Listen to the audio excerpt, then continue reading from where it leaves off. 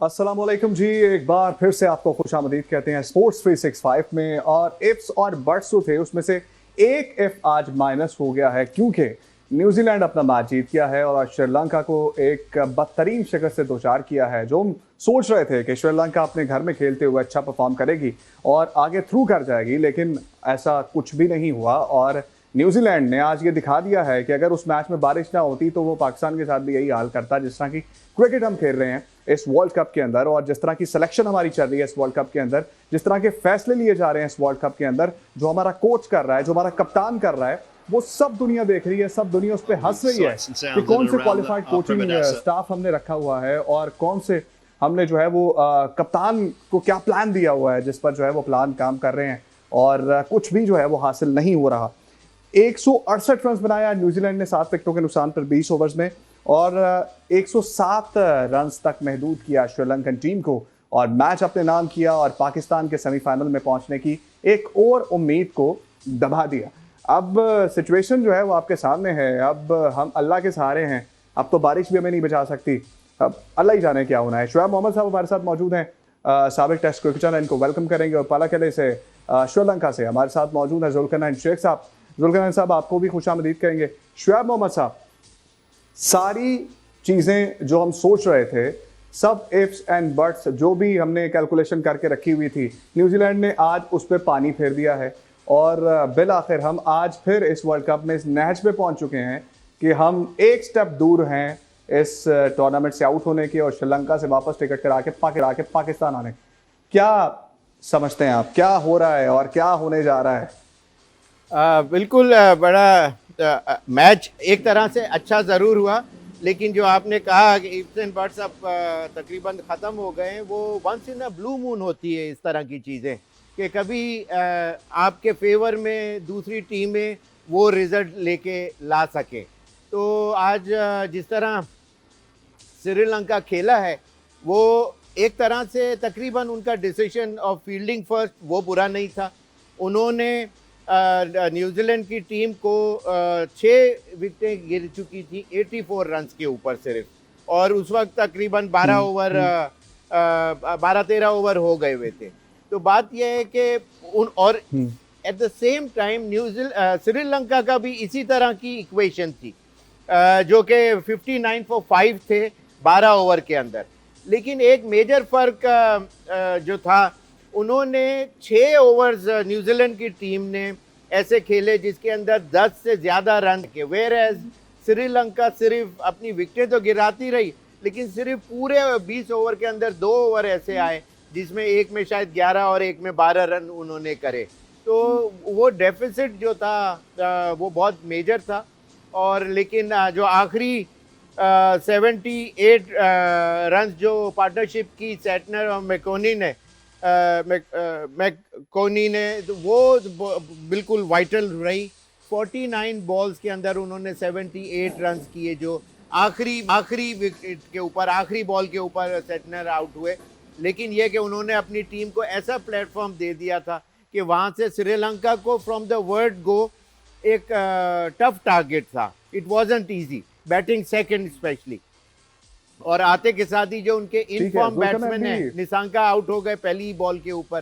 तो it started from the word go for New Zealand कि उनको पहली बॉल पे विकेट मिल गई, रन उनके बोर्ड पे आ चुके थे और फिर उनकी फील्डिंग और ये तमाम चीज़ें आपके सामने। शुएब साहब, जुल्करनैन भी हमारे साथ मौजूद हैं, श्रीलंका से हमारे साथ बराह रास्त मौजूद हैं। जुल्करनैन, क्या मामला चल रहे हैं इस वक्त श्रीलंका के अंदर और हमारे डग आउट की खबरें क्या हैं? हम क्या सोच रहे हैं?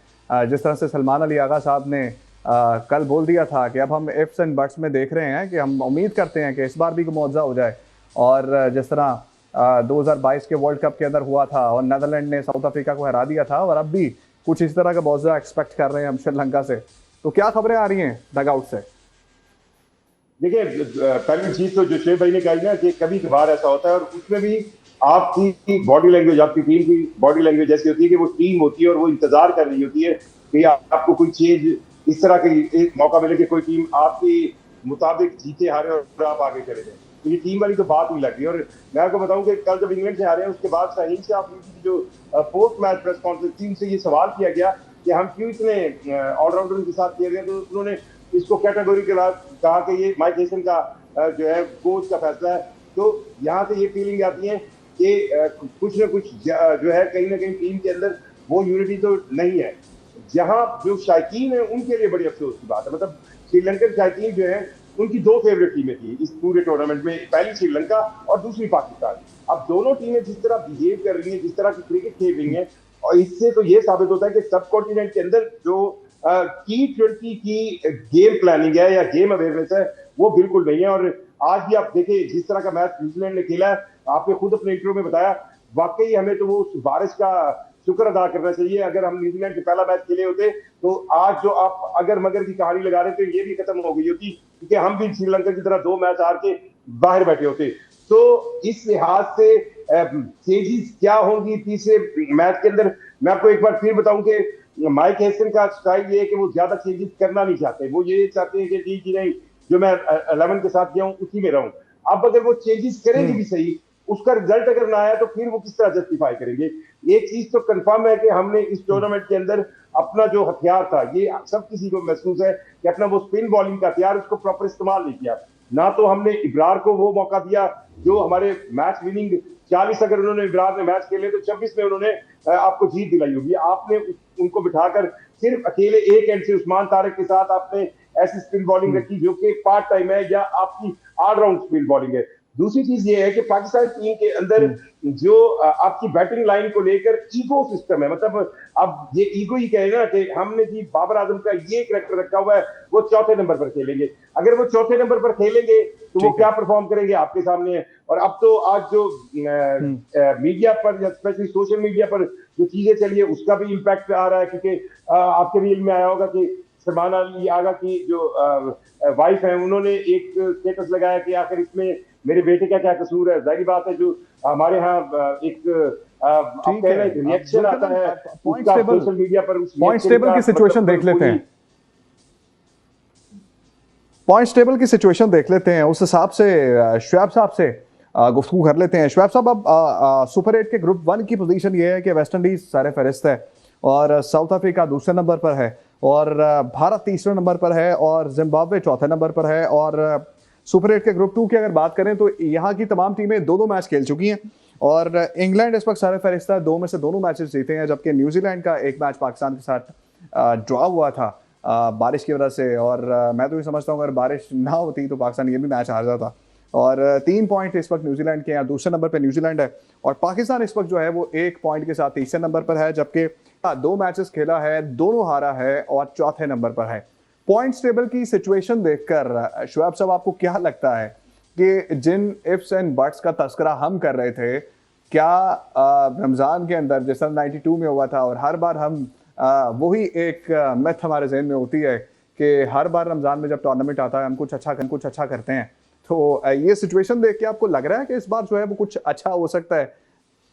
देखिए क्रिकेट है, इसके अंदर कुछ कह नहीं सकते, लेकिन ये है कि पाकिस्तान को इस वक्त सारी प्लानिंग और अपने दिमाग को खोल के अच्छी टीम को सबसे पहले खिलाना ज़रूरी है, फिर उनकी परफॉर्मेंस उसके बाद आएगी। इससे पहले जितने मैचेस ज़्यादातर अभी या तो टॉस के ऊपर रॉन्ग डिसीजन लिया गया या फिर प्लेइंग 11 गलत खिलाई गई, जिसकी वजह से एंड रिजल्ट जो है वो आपके सामने टाइम एंड अगेन आता रहा। फिर बैटिंग ऑर्डर के अंदर जो है तीसरी चीज जो बैटिंग ऑर्डर है, आपके पास जो प्लेयर है उनका जो आप उसके अंदर उनका बेस्ट जो है वो एक्सट्रैक्ट जो करना चाहिए जिस नंबर पे, उस पे आप वो नहीं कर रहे।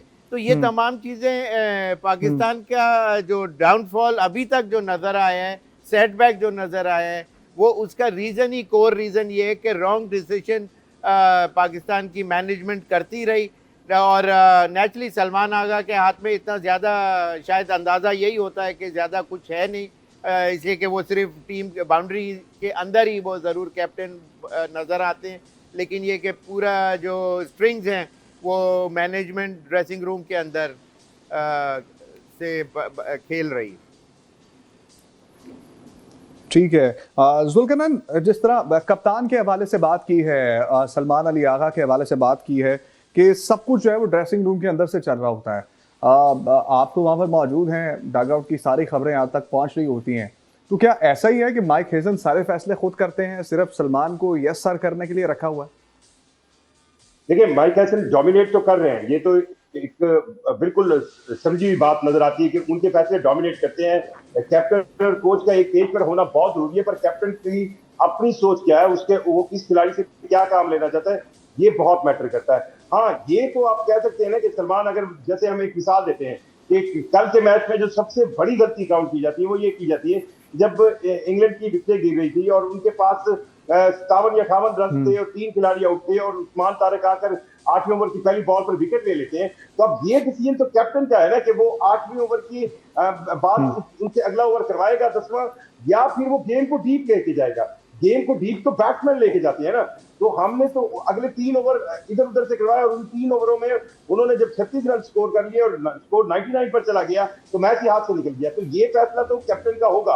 अब ये भी वक्त बताएगा, क्योंकि आप देखें, अब पहले होता था T20 क्रिकेट के अंदर 10 ओवर के बाद एक पानी का वक्फा होता था, अब होता है 7 ओवर के बाद। अब ये भी हो सकता है कि आप देखते हैं कि 7 ओवर के बाद जो है वो माइक हेसल जो है वो पाकिस्तान टीम बैटिंग कर रही हो या फील्डिंग कर रही हो, वो खुद जो है अक्सर ग्राउंड में जाते हैं। अब हो सकता है कि 7वें ओवर के बाद माइक हेसन यही कह के गए हो कि उस्मान तारिक को 1 ओवर करवाएं और बाकी जो है फिर उसको रोक लेना है। तो अगर कैप्टन को बिल्कुल ABCD की तरह माइक हेसन पर चलना है तो फिर वो कप्तान नहीं है। क्रिकेट की गेम वो है जिसके अंदर कैप्टन के फैसले मैटर करते हैं। मतलब अगर दूसरी खेलें हो, फुटबॉल है या हॉकी है, उसके अंदर कप्तान के फैसले इतने मैटर नहीं कर रहे होते जितने क्रिकेट के अंदर मैटर करते हैं, और स्पेशली जब आप फील्डिंग कर रहे हो।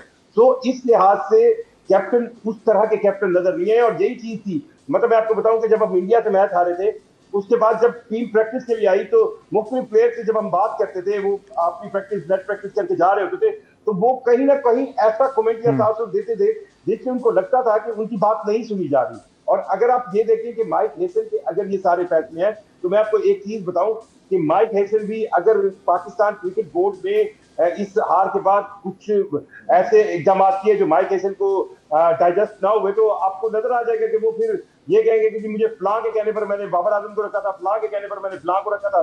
सो जो आपकी पास माइक हेसन को लाने की वजह थी वो ये थी कि हम एक गैर मुल्की कोच लाएंगे, एक गोरा होगा, वो हमारी जो लोकल सिफारिशें है या ग्रुपिंग है उससे बालातर होगा।